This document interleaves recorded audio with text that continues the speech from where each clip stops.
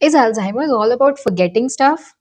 Let me answer all your what, whys, and hows. Let's talk about Alzheimer's. It is the most common cause of dementia.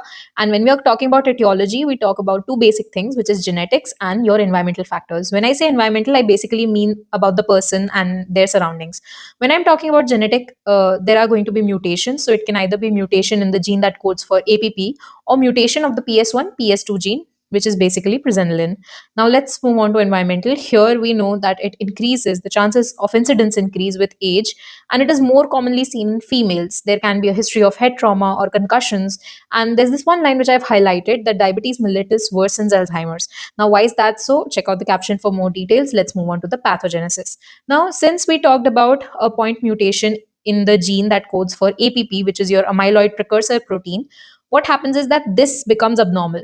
Since normally this was being metabolized by alpha secretase enzyme, when this becomes abnormal, it is metabolized by beta secretase, which results in the formation of A beta amyloid, which is nothing but substance. It's sheets.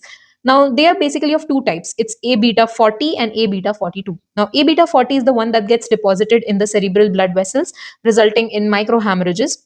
And A beta 42 is the one responsible for Alzheimer's. Alzheimer's is basically deposition of hyperphosphorylated tau proteins. It's also a tauopathy. So now, this fancy thing, you need to remember that as just substance. It's just material that is being formed because of a defective gene.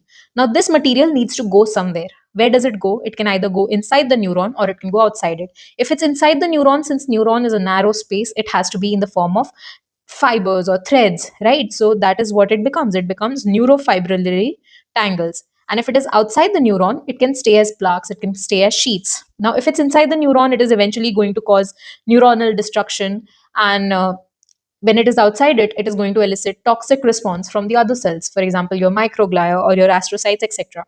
This was all about the pathogenesis and etiology of Alzheimer's. I'll see you next time and we'll complete this topic.